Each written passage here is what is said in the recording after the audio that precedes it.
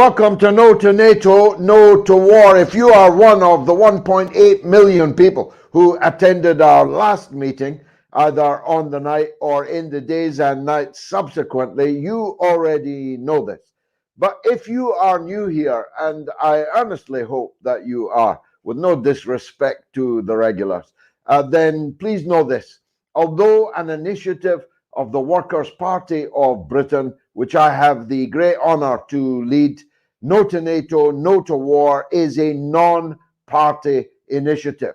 It is not in any sense a requirement that you sign up to our political program, although I wish many more of you will do so in the days, weeks, months, and years to come. It is not even a requirement that you oppose all wars. I myself do not oppose all wars. I'm not a pacifist, but I oppose unjust wars. I oppose unnecessary wars.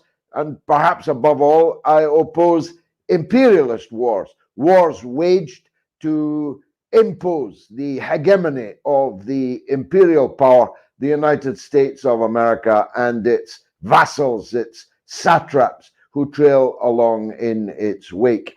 But whether you are any or none of the above, politically speaking, if you oppose the NATO war in Ukraine over the dead bodies of millions of Ukrainian people, the war in Gaza, the war in the West Bank, if you agree with us that the very existence of NATO is a harbinger of war and wars to come, then you are most welcome here. And moreover, we ask you to spread the message about the existence of this great, united, anti-war movement, where whatever your political views on other matters, opposition to these wars right now is the only thing that matters. And you will find on our platforms people of wide and varied political perspectives. They're not responsible for my views,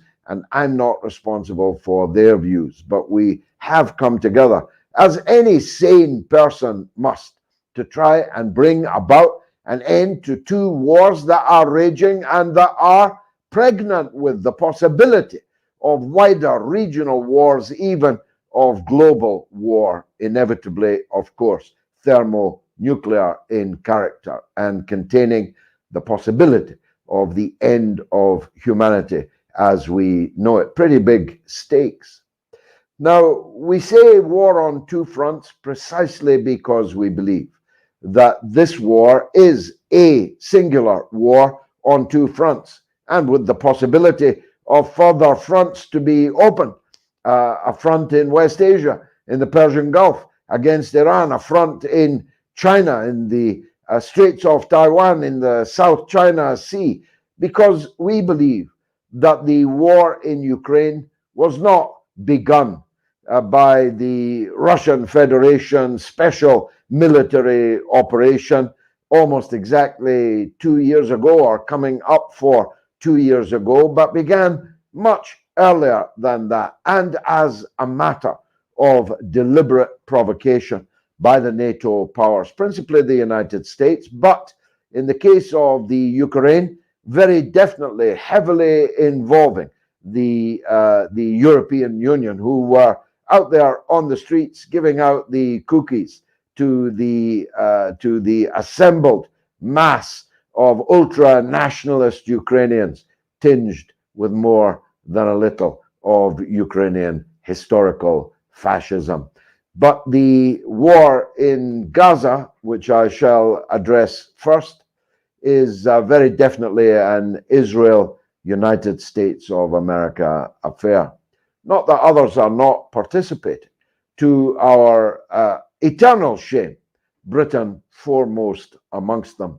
The British are giving over their military base in somebody else's country, in Cyprus, without consultation or permission from the Cypriot government itself, for an endless stream of military resupply of the very shells and rockets, killing the very civilians, men, women, and perhaps above all children, that our leaders then go on television to say they are very much fearful and regretful of the damage being done to the civilians being bombed and shelled by the bombs and shells supplied from British sovereign territory in somebody else's country in Cyprus. So the European Union is now beginning to wring its hands over Gaza. Joseph Borrell, the so-called foreign minister of the European Union, though nobody appointed him or elected him rather to that post, no one can remove him. He's the one who famously described the European Union as a garden and the rest of the world as a jungle. And the principal role of his foreign policy was to keep the jungle out of the garden. Not that that kept the garden out of the jungle, of course, because the European Union was always ready to get involved in interfering in other people's affairs. But Joseph Borrell is now sending out daily heartrending messages of despair, calling for a ceasefire in the murderous rampage against the 2.3 million surviving people in the Gaza Strip. He's never seen anything like it, you understand. He's quite shocked he is.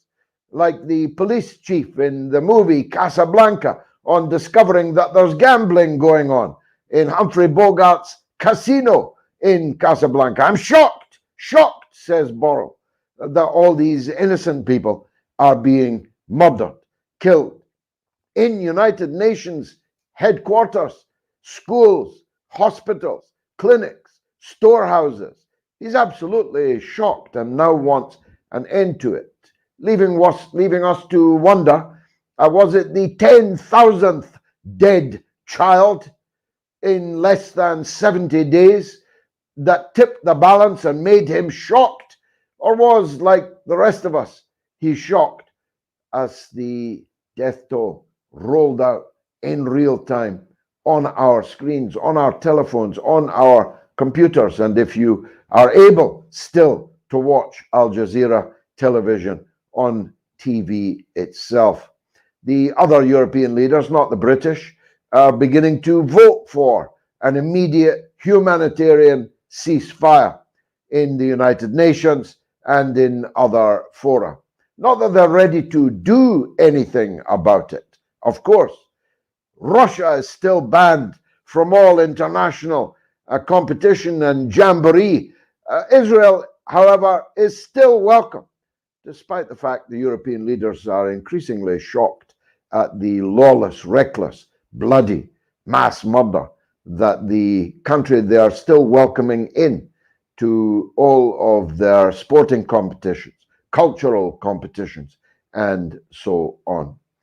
It's the United States of America that is driving the war in Gaza. And even they are beginning to say that, Israel may forfeit the support of the rest of the world if it does not take more care. This is from the country that is supplying the 2,000-pound bombs, unguided bombs. Not that guided bombs are what they crack up to be, but these are literally on the tin, unguided bombs, 2,000 pounds in weight. Something like 3 Hiroshimas of high explosive has now exploded on and in amongst the 2.3 million people trapped in the Gaza Strip. We're nowhere to run, nowhere to hide, even into the sea.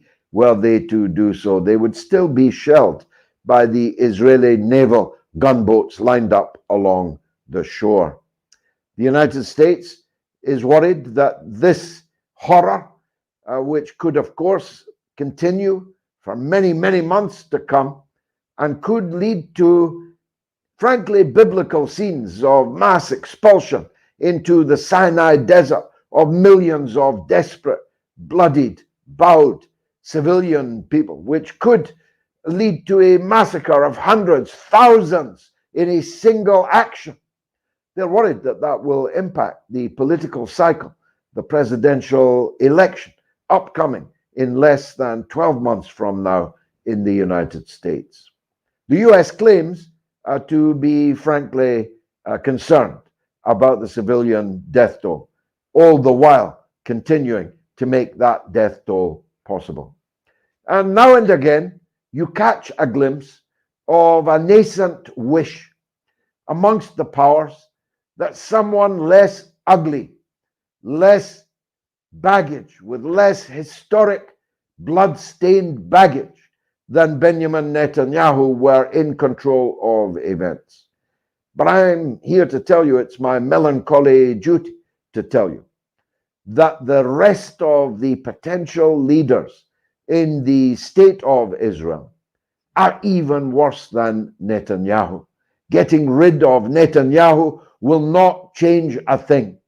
The suffering of the Palestinian people for 3/4 of a century did not depend on Netanyahu, or even on Sharon, Begin, Shamir, and the others in his school of Zionism, the revisionist school of Zionism, founded by Jabotinsky, founded and based on the fascist hordes of Mussolini fascism in Italy. It did not depend on them. In fact, most of the biggest crimes committed against the Palestinian people were committed by governments calling themselves Labour, which may come as a surprise to you or may not, in the wake of declassified UK's revelation this evening about the way in which the Labour leader Tony Blair, first, I say first because he went on to make an art of it, first deceived the British Parliament, of which I was a member, over Iraq back in 1998. And I want to add my voice here for those demanding that Sir Tony Blair now be stripped of his knighthood, a proven liar who these new documents show deliberately lied to the House of Commons, cannot continue to enjoy, surely, the King's favour as a knight of the realm. To the other horsemen of the apocalypse, riding hard, roughshod over the people of Gaza, we must now add pestilence, disease, and biblical floods. Anyone who has seen the pictures today of the Palestinian people up to their waists in flood water, in sewage water, for all water and all sewage has long ago been destroyed in Gaza in the course of this Israeli onslaught, carrying old ladies over their shoulders up to their waists in dirty, filthy, disease-strewn water into what remains of the health system in Gaza, which long and long ago passed critical point. We'll realize that the demand for an end to this slaughter is the #1 international imperative in the world today. But what of the other front?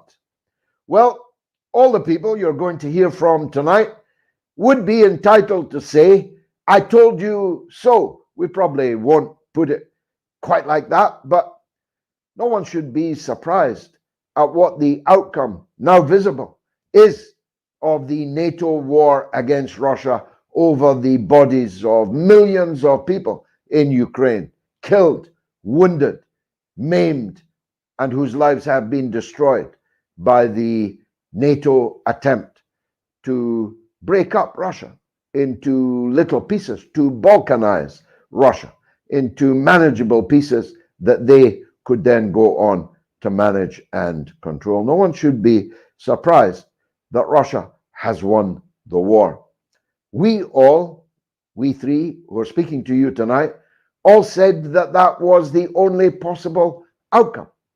And frankly, although Richard and Dr. Piers Robinson are actually rocket scientists, politically speaking, you didn't need to be. You could have left school at 16 like me, but knew something of the world in order to know that no hyper-nuclear armed country can possibly allow itself to lose a war on its own border, waged by its number one international adversity, that if such an eventuality ever for one moment seemed like a possible outcome, that nuclear war between the superpowers would undoubtedly result. Thank God, so far, that has not been necessary. The slow grind, exceedingly slow grind, of the Russian armed forces has finally begun to prevail on a mass basis against the armed forces of the Ukraine, who fought bravely and who've paid a terrible price for Joe Biden's obsession with a war against Russia. And the only question now is where the Russians will stop. If they wanted to, they could fulfill the regularly expressed worst nightmares of the NATO statesmen and women, the EU statesmen and women. They could be on the Polish border before you could say Dr. Piers Robinson. But I'm going to close my remarks there. I'll come back at the end and invite you to listen to one of the academics of our age, marked not just by academic brilliance, with an ability to put into words thoughts that everyone needs to absorb and learn from, but with that X factor, the X factor of courage. Dr. Piers Robinson has suffered the slings and arrows of the censors, of the shadow banners, of the witch hunters, all for telling the truth. And by the grace of God, the truth marches on and vindicates him and others like him. Please listen to Dr. Piers Robinson, the first speaker tonight on No2NATO, No2War. Dr. Piers, a big welcome to you. What's your take on the war on two fronts? Well, it's very good to be with you, George, and it was very good to hear your comments, and also to say thank you for all the work that you've done over the years in terms of speaking truth to power and to challenging the war machine that we've been living through. What do I make of the situation we're in now? I mean, I think we are definitely at a critical, pivotal moment in Western history. And I sometimes wonder to myself, how far do we take this back in time? And I have in recent years thought more and more along the lines of, well, let's go back to Eisenhower. Let's go back to his famous departing speech, the military-industrial complex. Of course, he coined that phrase, and the warning he delivered. And, you know, you have there this very powerful insight from a departing US president that things are going badly wrong within our political system. Of course, he's talking about the war machine, what was to become the permanent war machine. Kennedy comes in, Kennedy is assassinated, and it's very clear who's responsible for that. You have the escalation in Vietnam, and you have the long course of the 20th century with, it's called a Cold War, of course, but it was not very cold in many parts of the world. Vietnam, Central America, South America, the role of the CIA, the overthrowing of government. And then, of course, we get to the 1990s, and we have this brief moment when Fukuyama tells us that, oh, everything's fine now. We're in an era of peace and democracy, and the world is going to move forward.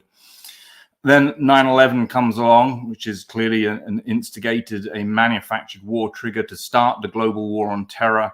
And that takes us, I think, in the last 30 years, or 22 years, this is the kind of phase in history where we have seen what I think is primarily the gradual and rapid weakening of the Western Empire.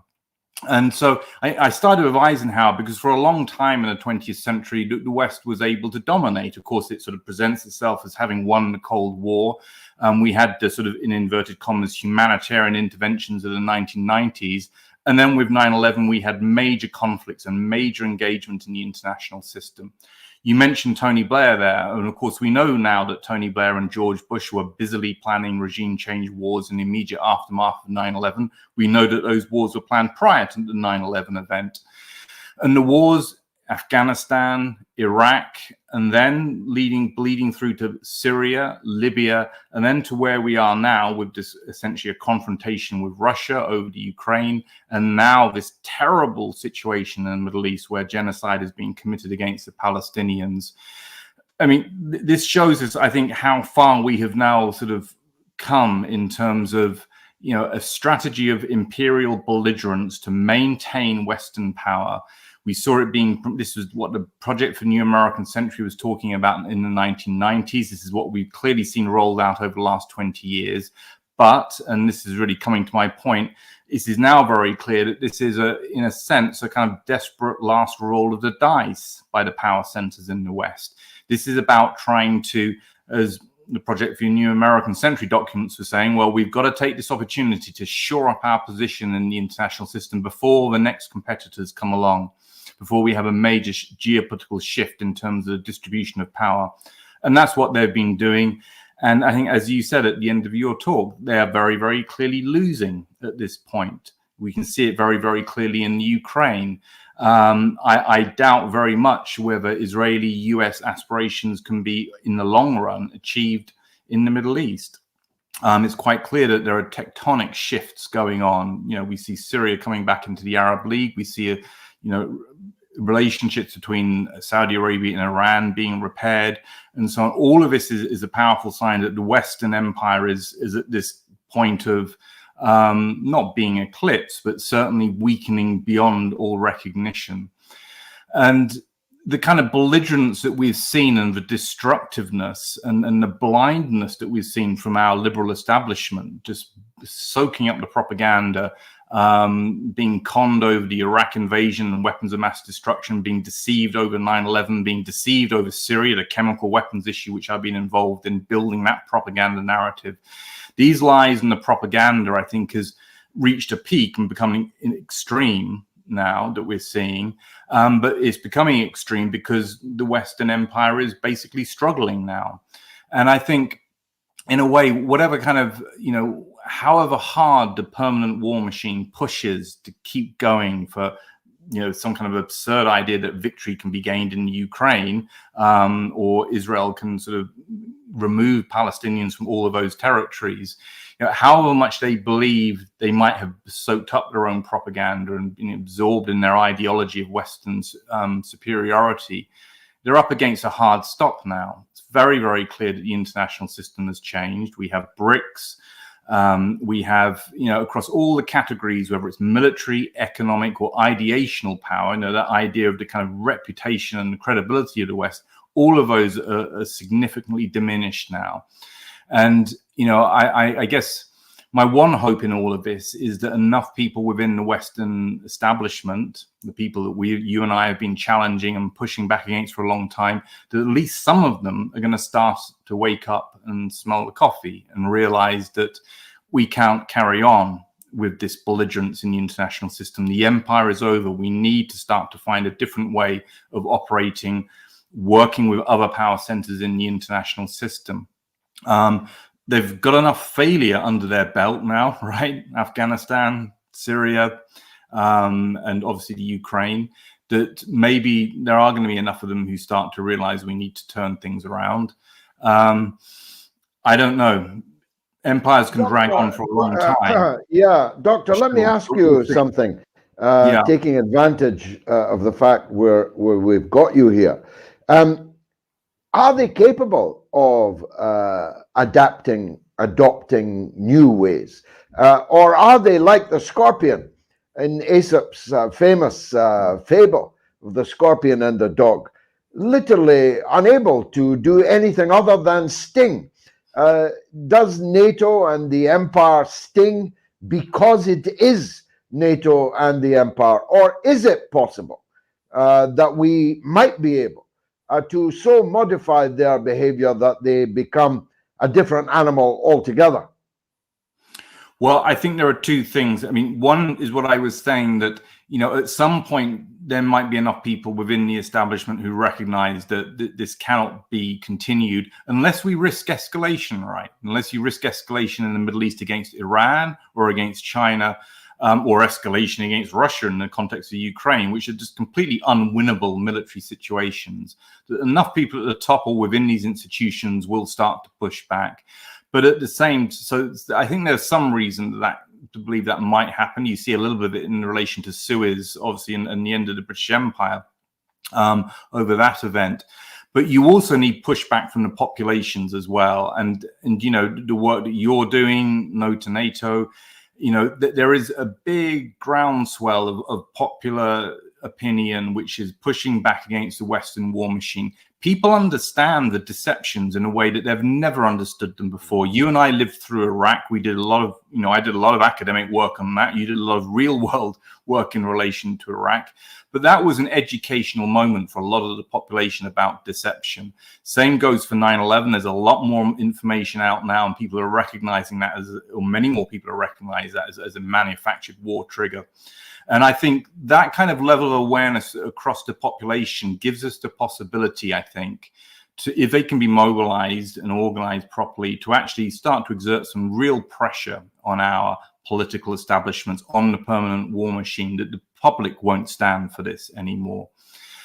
So I think, you know, the beast, leopard can't change its spots, but it can, you know, it can start to weaken itself and fail, and with enough public pressure. And then again, this point about the hard stop, the point about the economic, military, ideational reality of the 21st century is an important one, that whatever the Western war machine wants to do, it's going to come up against powerful resistance, whether it's China or Russia or on the Gaza, Israel. Look at the public support for the Palestinians globally. It's huge. I haven't seen anything like this in my sort of, you know, in lifetime. So I think those pressures might force a change.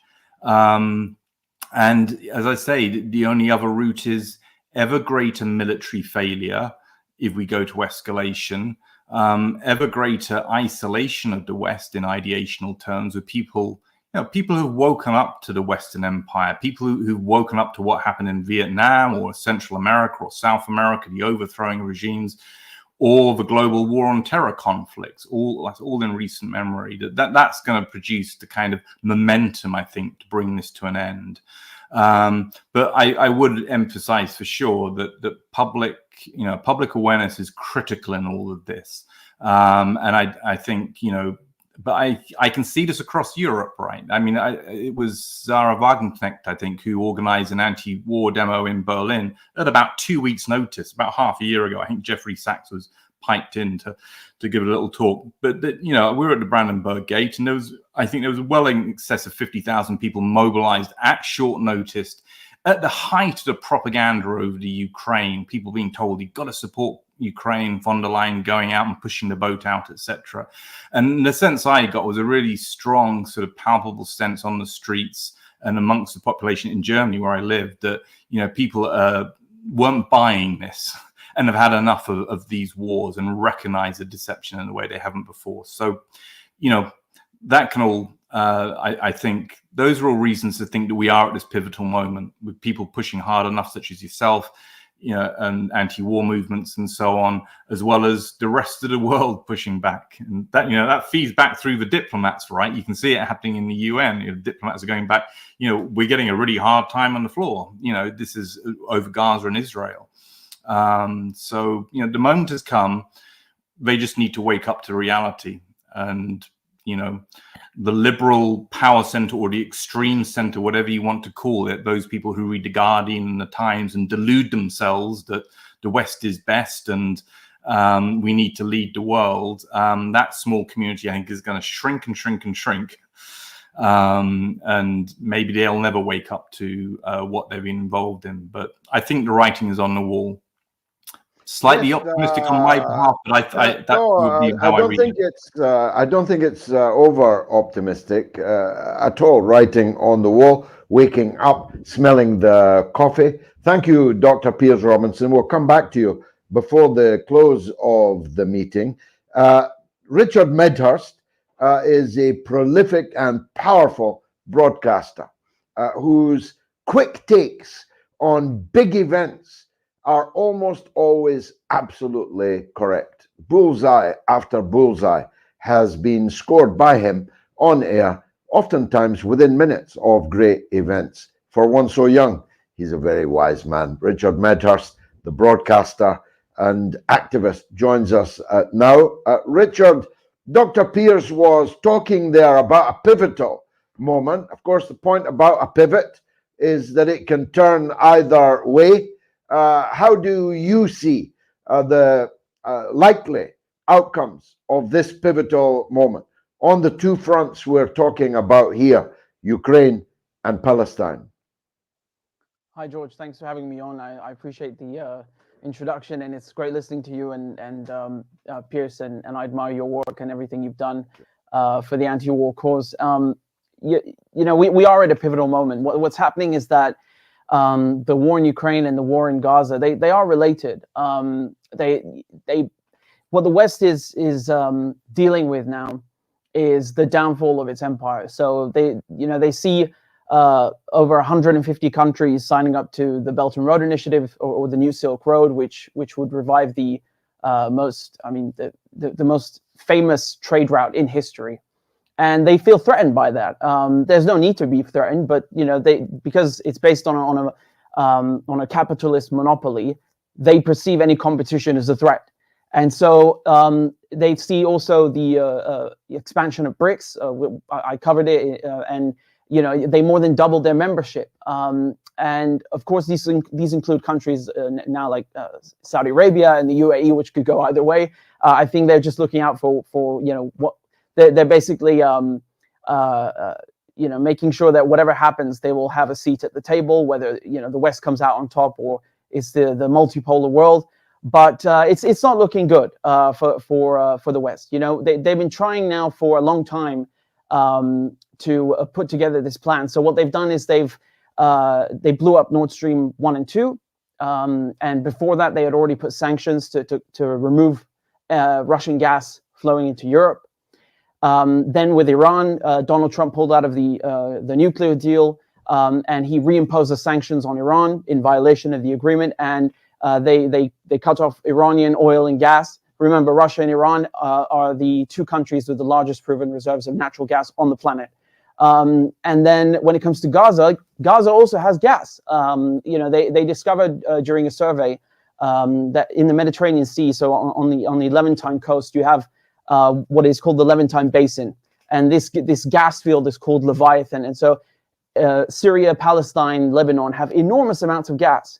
It's not the only reason for the war in Gaza. This is obviously Israel is founded on Zionism, which is racist, and they've occupied Gaza before, and there are many reasons for the war. But one of the economic incentives is certainly the gas, and we know this because the Israelis, while claiming that they are under existential threat after October 7th, were handing out licenses to 12 companies, including British ones like BP, to extract gas. So it doesn't sound like much of an existential crisis if you're extracting gas, but they did that. And then if you remember the Lebanon crisis, so the Beirut port mysteriously blows up, and then 2 years later, so just last year in 2022, the Israelis send an FPSO, which is this enormous vessel that can extract gas on the go, and they try stealing gas from Lebanon in this Leviathan Basin in the Karish gas field. And the only reason they backed off in the end is because Hezbollah threatened to fire on them. They said, if you steal any of our nation's resources, we will fire upon you. And then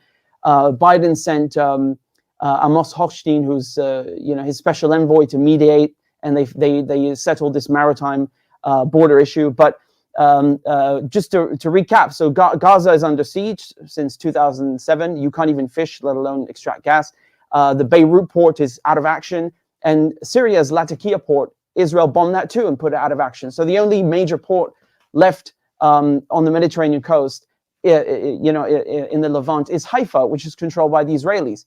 And this is great because now they can monopolize the flow of gas into Europe. You got rid of Iran, you got rid of Russia, and you got rid of the Arabs. And then what happens magically? The Israelis propose themselves as the solution to the EU's gas shortages, and they signed a deal after sanctioning Russia. They signed this, and Ursula von der Leyen went there and said explicitly, Israel is going to be the solution to our gas problem. And so, of course, the Americans, they want to sell their own gas, liquefied natural gas, LNG, but the exclusion of the global South and the theft of resources is a plan that's been in the making for a long time. I mean, the Americans, this goes back several administrations where they've said they don't want any gas, Russian gas, coming into Europe. So, these things have come into play. And we shouldn't forget also the Ben Gurion Canal. This is a canal that was, I think Piers mentioned the Suez crisis just earlier. In 1956, after Nasser, the Egyptian president, dared to nationalize his own land, the Americans and Israelis came up with a secret plan to create a rival to the Suez Canal, and they named it Ben Gurion. And they had a plan to put 520 nuclear bombs in the Negev desert to excavate and dig the canal for them. They didn't go ahead with it, but it's a classified document. It was declassified in the 90s, and they came up with this in 63. So if you look at the map of this proposed Ben Gurion Canal, it literally passes through Gaza. So if you want to build that canal and monopolize not just the gas, but the shipping lanes, you have to take over Gaza. You can't have any resistance.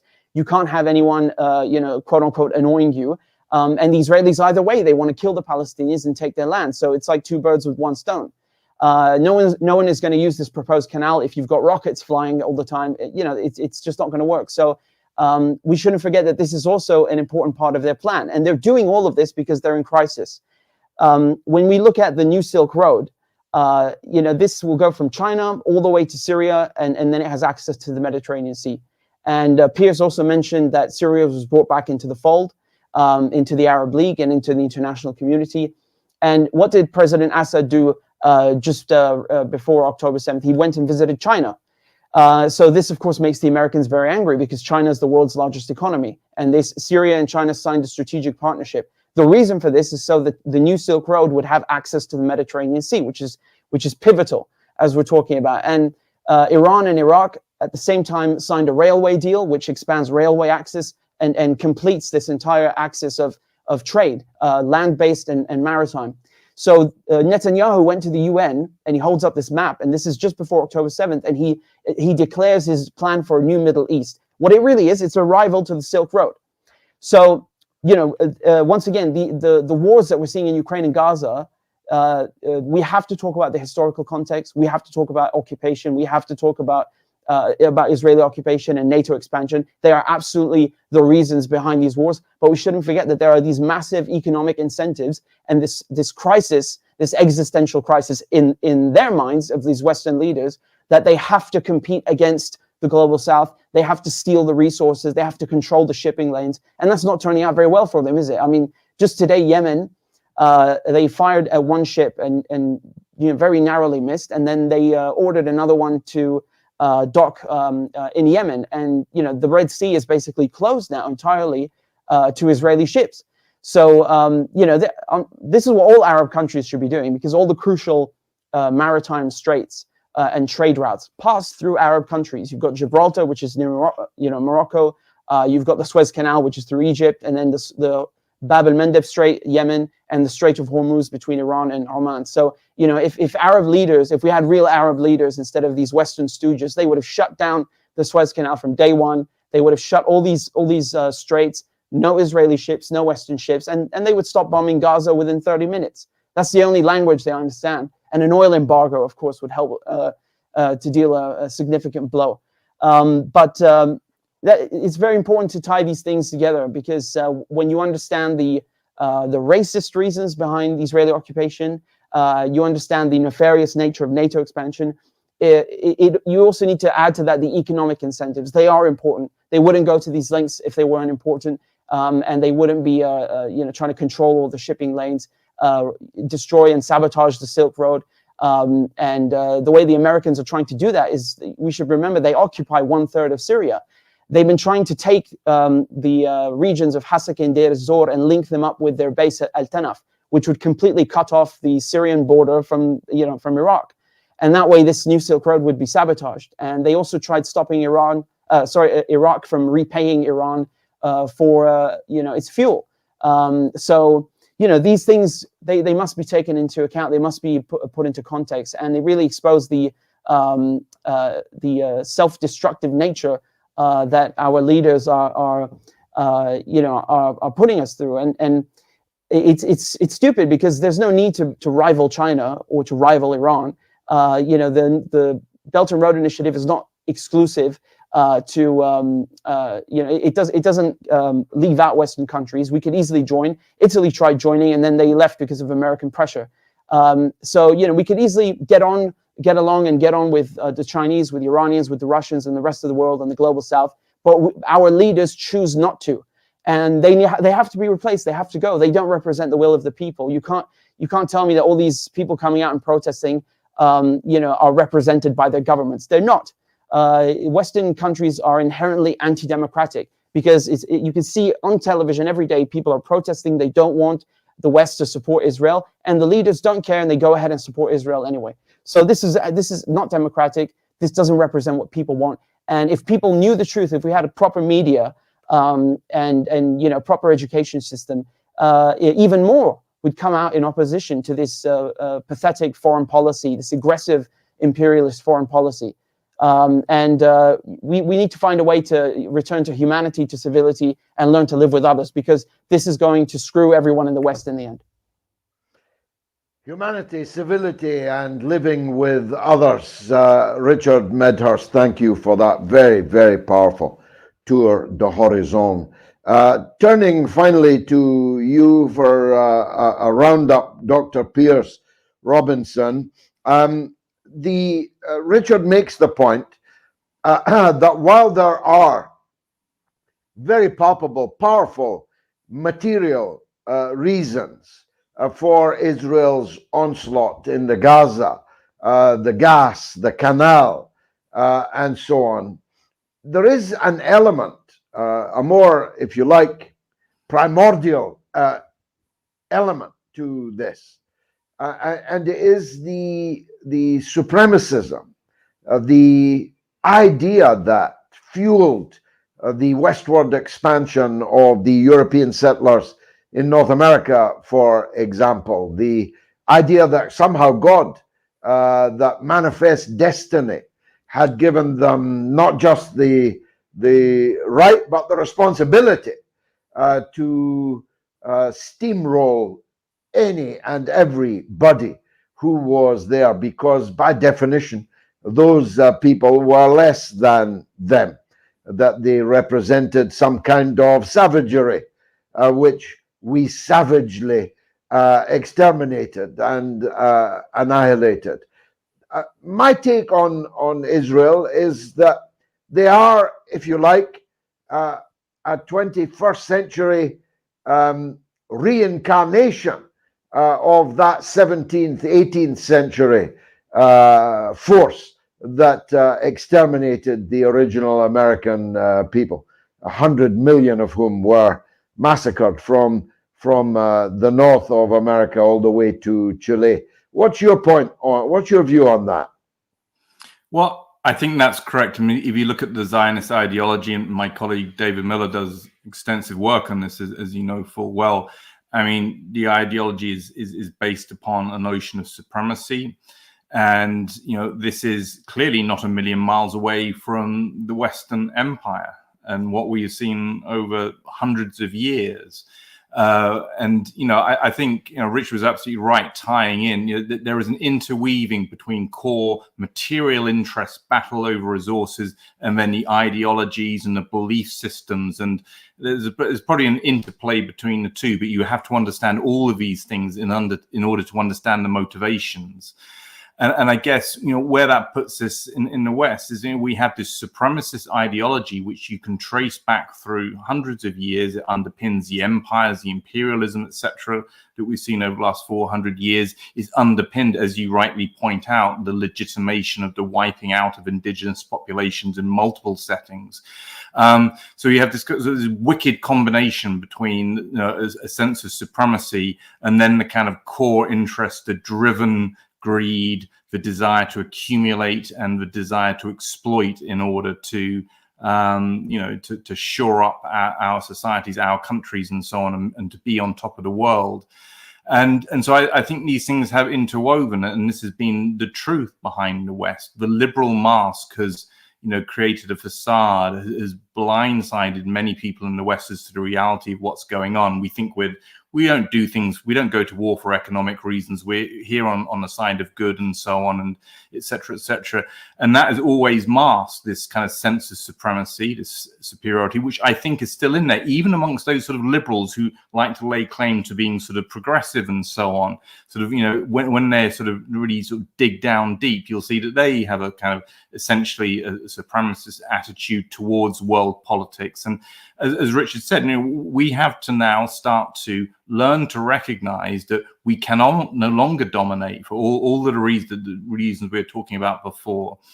And we need to start to, you know, not just act, but also think in terms which recognize the equivalence of other power centers, of other societies in international system in a way that we haven't before. So it's kind of this perpetual sort of belief in, you know, people should be following the lead of the West, and you see it in all the discourse around, you know, international rules and so on and so forth, and the international community, which is really essentially the West. That mindset, which has gripped the mind of Western diplomats and political establishments for many, many years, needs to come to an end. And that's going to require this recognition that we need to see ourselves as equals to other power centers in the international system, and to find ways of cooperating. And as Richard said, there's no obvious lose in all of this. This is a new reality for the West, but it will be a better one for most of the Western populations. I suspect at the moment that, you know, there are elements within the military-industrial complex who are benefiting well from the arms sales and from the war and the conflict, but that's a very narrow strata of Western society. Most people don't want this. This isn't good for most people in the West. And so, you know, I think that that's going to push through and change things at this point in time. Dr. Piers Robinson, thank you very much indeed for your wisdom and eloquence. Richard Medhurst, the last word to you. You and I both, you more than I even, although we both have blood on both sides, East and West. It is quite laughable for those who know, for example, Syrian society, or who I was once confronted at the Oxford Union with someone who said we needed to educate the Iraqis. And I was forced to point out that the Iraqis had the greatest library in the world and were teaching algebra and geometry when my people were painting their faces blue and living in the forest. It is quite a laughable idea, this Western racial supremacy, this garden jungle analogy. It must be galling, maybe it's amusing in part, when confronted with the idea that Joe Biden and Donald Trump and George W. Bush somehow represent a superior cultural society, civilization to Johnny Arab in Damascus, the world's oldest city. Last words, last thoughts from you, please. Yeah, it really is laughable, George. And as you said, I mean, Iraq and Syria are truly the cradle of civilization. There's a former director of the Louvre Museum in Paris who said that every person in the world has two nationalities, their own and Syria, because you know because of how relevant and important it is to human civilization. I mean, this goes without saying. You know, farming, agriculture, writing. I went to Ugarit when I was young to the archaeological dig, and I saw, you know, this is where the first musical notes were ever written, the first alphabet in the world, and it's heartbreaking to see these wars not only kill people, which is the primary crime, but also destroy and ransack their antiquities. I mean, the arch in Palmyra was blown up. I was lucky enough to see it when I was young, but you know, seeing a 3D basically a reconstruction of it in Trafalgar Square is almost insulting when you know, our government helped to destroy that, the original one in Syria, by supporting all these you know, loony jihadists and trying to topple the Syrian government, along with, you know, a lot of EU countries, the US, Saudi Arabia, Turkey, Qatar, and so on. It's really laughable and insulting at the same time. And during the 2003 invasion, the Americans also went to the ancient city of Babylon, and they built a helicopter pad on top of it and filled their sandbags, with pieces of this ancient city, which is, I mean, I really struggle to find words to articulate how ignorant this is. It's truly shocking, because it's not only an affront on Iraqis, it's an affront on human civilization and history, on everyone's. So this idea that we represent like a superior civilization in the West, I don't know. It's like Piers was saying, this is propaganda, indoctrination that we have to, that people, leaders in the West tell people in order to help them rationalize in their heads these horrific acts that they go and commit when they invade Iraq, when they murder people face to face in Afghanistan, or when the Israelis are killing Palestinians. They're indoctrinated, they're brainwashed into thinking they're superior. Another thing that I would also like to add is that right now, and not just now, but for decades, they've been trying to portray any resistance in the Middle East as exclusively Muslim.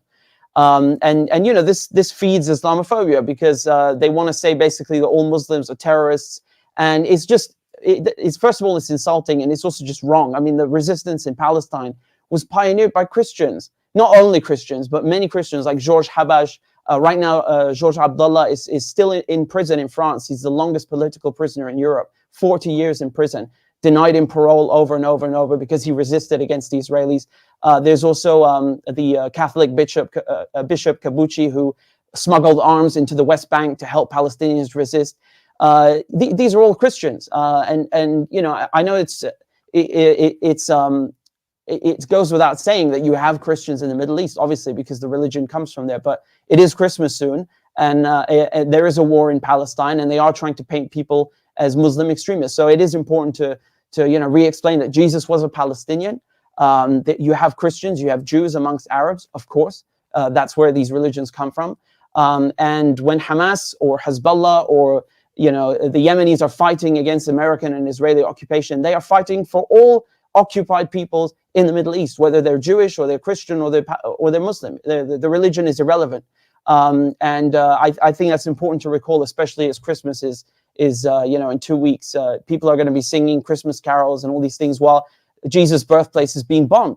I mean, the irony of that is, it's very heartbreaking, and it's worth repeating, because the West have used Christianity as part of their agenda in controlling the place that Christianity comes from. So there's a huge irony there that people in the West want to lecture the inheritors of these three major religions about their own religions and culture. So it's worth pointing out. As long as countries, especially Western countries, attack the cradle of civilization, this will always be a major contradiction, and there's absolutely nothing superior about that. Superiority is diplomacy, is peace and humanity. That's what it means to actually be superior, so to speak, figuratively. But it goes without saying that if we care about international law, if we care about human rights, we can't support Israel and we can't keep bombing other countries. These are direct contradictions, and it's certainly un-Christian behavior. Richard Medhurst, Dr. Piers Robinson, thank you both for your wisdom and eloquence on this public meeting of No to NATO, No to War. It is indeed Christmas time. I myself was in a nativity play in the audience just yesterday. And there will be millions of these nativity scenes enacted by innocent, pure children in schools all over the world. And it is important to take this opportunity to make clear that the idealized scene of Bethlehem that is the backdrop to the whole nativity story is, of course, as Richard just pointed out, so at odds with the situation of the birthplace of Jesus this very day, being bombed, being raided, its people being killed, being captured, blindfolded, manacled, tortured, killed, being locked up by checkpoints that are forever closed between the great city of Jerusalem and Bethlehem, only a few miles apart. It would take you many hours indeed to travel between the two. If Mary were on her journey this evening, Jesus would be giving birth at a checkpoint. If indeed the mother, the Holy Mother, Mary, was not murdered at the scene of the crime in Bethlehem. Nazareth, from whence the family had traveled, is in bondage. So-called Arab Israelis live there. Increasingly endangered species, subject to pogrom like the pogroms which occurred 60 days ago in the great Palestinian city of Haifa, to which Richard just referred as now the only existing superport in the entire Levantine coast, thanks to the deliberate actions of Israel. Nazareth is in bondage. Bethlehem is under siege. Jerusalem's ancient alleyways run with the blood of the believers, both Christian and Muslim. One of the oldest Christian churches in the world, in Gaza, was destroyed in this Israeli onslaught. And yet Christian leaders, even church leaders, with the exception, rather belatedly, of His Holiness the Pope, but most Christian church leaders haven't said a word about the slaughter and murder going on right now in the Holy Land. And as for these frauds, these snake oil salesmen and women who wear their Christianity on their sleeve as they run for political office, they probably don't even know what I'm talking about. It's been marvelous for me. I hope it was for you. This has been a public meeting brought to you by No2NATO No2War. Please follow us on all platforms on social media. Join us. No2NATO No2War. It remains only for me to thank the Workers' Party film and communications cadre who do such great work on these occasions. To Alan, to Shan, and to Chris, thank you for all your work setting up this meeting and bringing it to what I hope will be an even bigger mass of the global public than viewed the last meeting, 1.8 million strong. We'll be back in 2 weeks' time with the latest story from the war on two fronts. I've been George Galloway. You've been a wonderful audience. Thank you for joining me.